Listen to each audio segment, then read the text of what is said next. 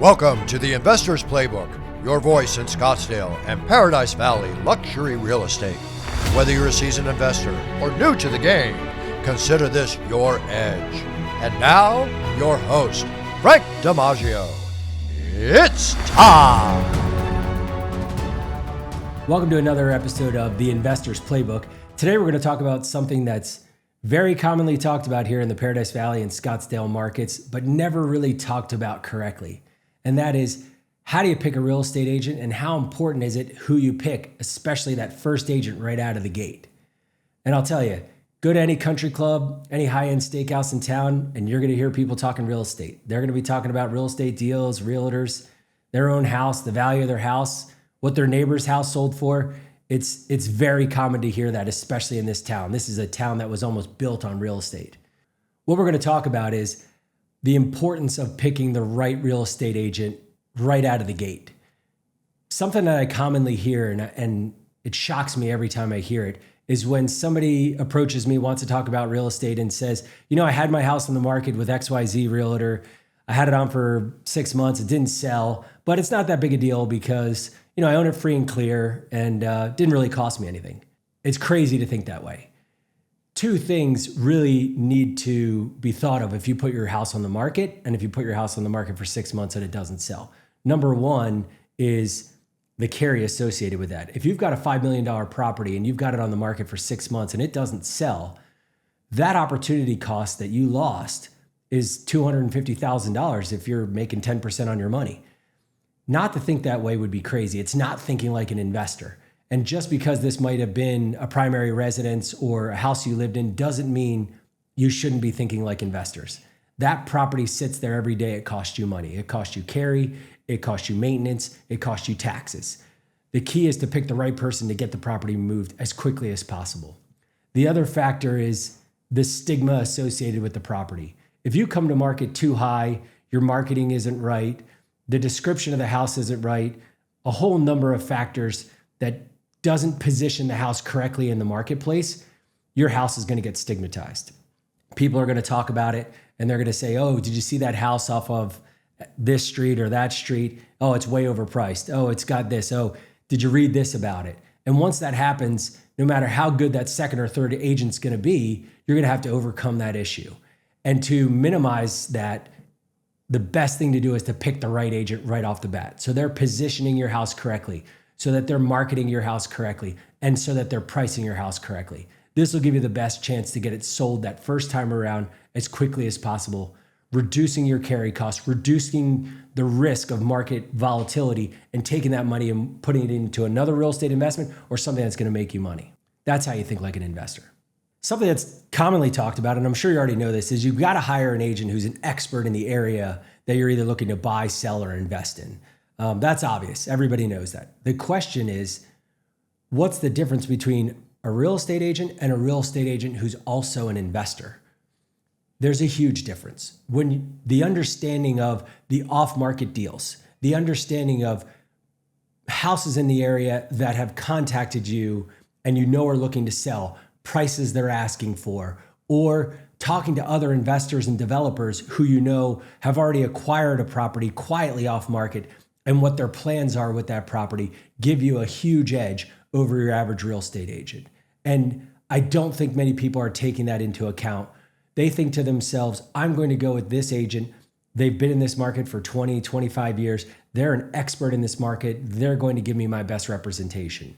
If they're not also an investor, if they're not also a player in that market, there's so many factors and so many bits of information that they're not going to have that could cost you hundreds of thousands, even millions, when you go to either buy, sell, or invest in that one market. When looking to list your property in Paradise Valley or Scottsdale and you're interviewing the top agents in town for your luxury property, let me ask you this. Are you asking the same questions everybody else is? What's your experience? I heard you sold this property over here that's close to my house, and that might make you a good candidate for listing my house. And all those are pretty basic. But what's the most important characteristic that an agent has once you get past the basics of good experience, expert in the market, all the basics that an agent needs to qualify to even get in the door? to potentially list your luxury property. But what's that one factor that you should really know about your agent that's almost never talked about? How do you sell? What's your sales training? Who trained you how to sell? When getting your real estate license, there is no sales training.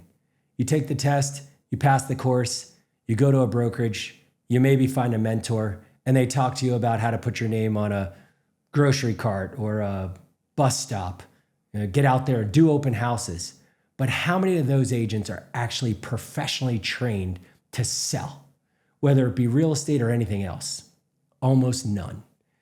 If you're going to make a decision this big, that we've already talked about the importance of getting the right person right off the bat, don't you think it's important when you're interviewing an agent to ask, how do you sell? Who taught you how to sell?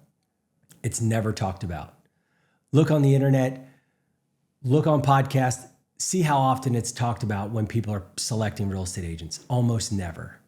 I've been blessed to be able to go through some of the best sales training at some of the largest corporations early in my career that taught me how to be a Navy SEAL of a salesperson. And I've taken that and used it now in real estate with all the other factors. I think it's one of the huge separators out there, and it needs to be on your list of questions when you're interviewing an agent for a luxury listing.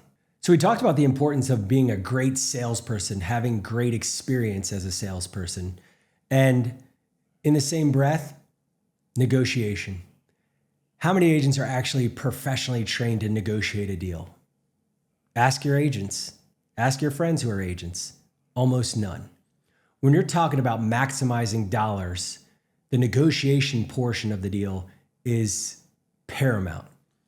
Not only does it allow you to maximize the return on your investment or maximizing your dollars out of the deal, but it also ensures you don't blow up the deal.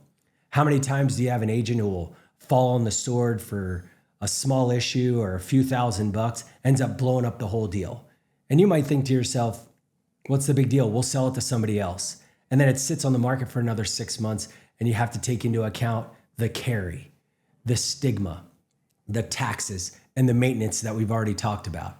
Blowing that deal, not negotiating the deal correctly, could have cost you $250,000, $500,000. And maybe you're not thinking that way, but you need to start. Start thinking like an investor. Don't think about somebody who's just selling their house. Think about how to max out the dollars. Think about the value of this asset you have and the importance of picking the right person, the right time, so that you max out those dollars at the close of escrow. You know, we've talked a lot about listing your property. Let's talk about buying a property. You're going to buy a house in Paradise Valley or Scottsdale, and it's time for you to select your real estate agent to help you make the best buy. Who are you going to pick and why? Once again, the most common things that I hear, if you don't have a family member who's a realtor or you don't have a best friend who's a realtor, is, you know, this person's been in the market a long time. I've seen their name out there a bunch. And of course, that's valuable. There's some value to that. But when it really comes down to it, what are some of the X factors when you look at the top 10 agents in town and you have to disseminate one from the other? A big part of that should be, are they an investor? Are they a builder? Why? Because when you're looking at a property in a part of town, a lot of real estate agents are going to be able to tell you, hey, this is a great part of town. Hey, this has got good or bad sun exposure. This has got street noise. But how many of them can talk to you about the quality of the build? How many can talk to you about who the builder is, who their subs are, using the same subs as them, and are they the type that cut corners? What's the difference between a spec and a build-a-suit? What's the difference in one architect and another? The answer, they're huge. You've got certain architects in town who are drawing houses, tweaking them, and building them over and over again. And what they're thinking is, how quickly can the house get built? How easily can it get built? And how inexpensively can it get built? Because their spec builder is asking them to do that. There's a huge difference between acquiring that property and a property that's built through a different architect and through a different builder. If you're not an expert, do you really know the difference? Do you know the difference between the top 10 architects in town? Do you know the difference between the top 10 builders in town? Do you know how they're building? Do you know why they do what they do? The average person has no clue. Even the average luxury buyer has no clue. And that's the X factor. That's what's going to protect that investment for the long term and maximize those dollars out when the day comes that you've got to sell it. You want to be able to stand behind the product that you live in. You want to be able to stand behind the value of what you paid and how that house is going to appreciate better than somebody else's house. And you need to have somebody who can tell that story and tell it with confidence. There's going to be one topic in this podcast that we're going to talk about over and over again. And it's because, in my opinion, it's where deals are made or lost. And that's the inspection. You walk into a house, you love it, you love everything about it, you're able to get to the numbers, you're under contract. Should be smooth sailing from here. Many of you know it's often not. You hire that inspector, you go through that house with a fine-tooth comb, and you start to find problems all over the place. Almost every house has got issues. The question is, now what? With your average real estate agent, maybe they'll negotiate a set amount of money to credit you, or maybe they'll try to reach out to a contractor and see if they can get some repairs. Maybe they'll ask the homeowner to make some repairs. Why could all of those things be a huge nightmare? Number one, if you're getting a credit, how do you know that you're getting the right amount of money to actually fix those items? And then you're the one that's stuck with trying to find somebody to fix those items. Look, if you've got a luxury property and you want a really high-end general contractor to come in and make these repairs, high-end general contractors aren't going to houses and making bins or repairs. They don't have time. They can't utilize their team for that type of work. They're building luxury homes. And to do your little Binzer list isn't going to move the needle for them enough to take their guys away from a house and come over and give you repairs. Number two is, if you have the homeowner do it, how's the homeowner going to do it? They're going to do it as cheap and inexpensive and quickly as humanly possible. They're not doing it for your best interest. They're doing it to just get to the finish line. And at the end of the day, when they're putting little Band-Aids on the problems of this house, and those Band-Aids become big problems, they're going to be yours. There's no warranty. Once the deal closes, the house is yours, and you're going to have to deal with any of those issues. And lastly, if you want to make the repairs yourself, how are you going to go out there and source the subs, the general contractors, the right people to make those repairs correctly and have somebody who's going to stand behind them? Is that the best utilization of your time? Are you going to do it right? And who's going to recommend the right person? Your real estate agent? Do they really know? Probably not. This is the X factor of working with an investor who's also a builder. When you get down to the inspection, when you get down to that Binzer list, and you've got somebody who's a general contractor who can utilize their own team, who can utilize their own men to get in there and make those repairs and stand behind those repairs, that will be the X factor to get you to close of escrow. And it is also the X factor to ensure that that buyer has a great product, that they have something that's not going to cause issues for them in the future. This is something that we're going to talk a lot about in this podcast. And if you haven't been down this road, or maybe you have, you'll probably agree with me. This is the make or break it of a real estate deal at the luxury level. When talking about the real estate business, it's funny. It's one of the few businesses where the experience and the service that you're getting has gone down as opposed to getting better with the technology and the times. I mean, think about it. 20, 30 years ago, 30, 40 years ago, if you wanted to watch a movie, you had to drive to Blockbuster. You had to walk around the store and read the back of the boxes and try to figure out, what's the movie I want to rent tonight? Then you had to drive all the way home, and you could only watch that one movie. And when you were done, you had to drive all the way back and return it. When Netflix came out, they offered a better service. And as that service came out, it continued to get better and better. They started to use AI to realize the types of movies you want and recommend different movies. You didn't have to take it back to the store. You were able to watch multiple movies in a night. Each movie was costing you significantly less than just renting one at a time. And everything continued to get better. And eventually Blockbuster went away. But in the real estate representation world, it's gotten worse. The market continues to fluff up with new agents, and they continue to bring less and less to the table. With the advent of realtor.com and Zillow and all the different information that you can receive online, most of the buyers and sellers are doing due diligence themselves. 30 years ago, if your agent wasn't an expert and didn't really dig into the numbers and really didn't look for all the different deals that were out there and supply them to you, you didn't have all the information necessary to make a great decision. Now you do. So what's going to be the change? What's going to be the Netflix in the real estate representation world? It's going to be that your agent is going to offer that X factor. And the X factor is going to be, they're going to be an investor. They're going to be a builder. They're going to have all those little bits of information that the average real estate agent just doesn't have. They're going to understand build quality. They're going to understand the difference between different architects. They're going to understand so many small factors that your average agent has no clue about. And that's going to help you make the best decision.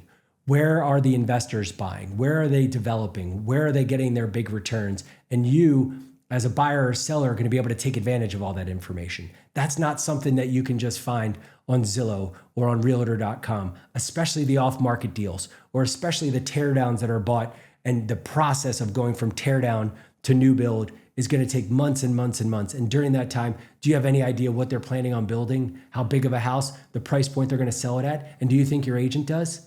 Most likely they don't. This change is going to happen. This change is going to come. And it's going to come because consumers are going to demand a higher level of representation from their realtor, a higher level of information that they bring to the table. Obviously, it's a well-paid industry, and to pay somebody as much as you are to represent you on the buy or to list your property, you should be demanding that they've got all these X factors. There's another factor you may want to take into account when picking your real estate agent, but I don't know if I've ever heard talked about before. And it might sound a little bit controversial, but I'm going to tell you why. I think you need to pick a real estate agent that's very, very successful financially. Why would that matter? Let's say that you need to have surgery, and you need to have surgery on something really important. How do you make that decision on which physician you decide to go with? Do you think it's important that they've got a ton of experience, they're really successful, wealthy, and they're going to give you the most unvarnished opinion about the procedure that you need to have? Or do you think it's okay to pick somebody who they just want to do surgery, they just want to make money, they need to pay their bills, and they're just going to tell you, you know what, this is what we need to do. And it's not that really unvarnished opinion on, do you need this procedure? Is it really vital for your health or to look better? Are they really giving you the best opinion? And when picking a real estate agent, it's no different. Picking a real estate agent that is very financially comfortable gives you the best option of getting that unvarnished opinion. If you're listing your property or you're looking to buy a property and you tell your agent, we love this house. We love the kitchen. We love everything about it. This is the house that we want to buy. And your agent knows that the street is done very poorly. It's got a stigma attached to it. It's been on and off the market. It's overpriced or anything like that. But they need that commission. Do you really think they're going to give you that unvarnished opinion and tell you, no, this isn't the right house for us. This isn't the one that we should buy? Or do you think they're going to tell you, let's put it under contract. Let's get the house. If they got to pay their bills, if they're over leveraged, if they're at that point in their career that this is going to be that one big deal that they get, the chances of them giving you that information is very low. Picking a real estate agent who's very financially secure gives you the best opportunity to get unvarnished opinions. It gives you the best chance to hear the truth about whether we should be selling the house at this price or whether we should be acquiring this asset or this property.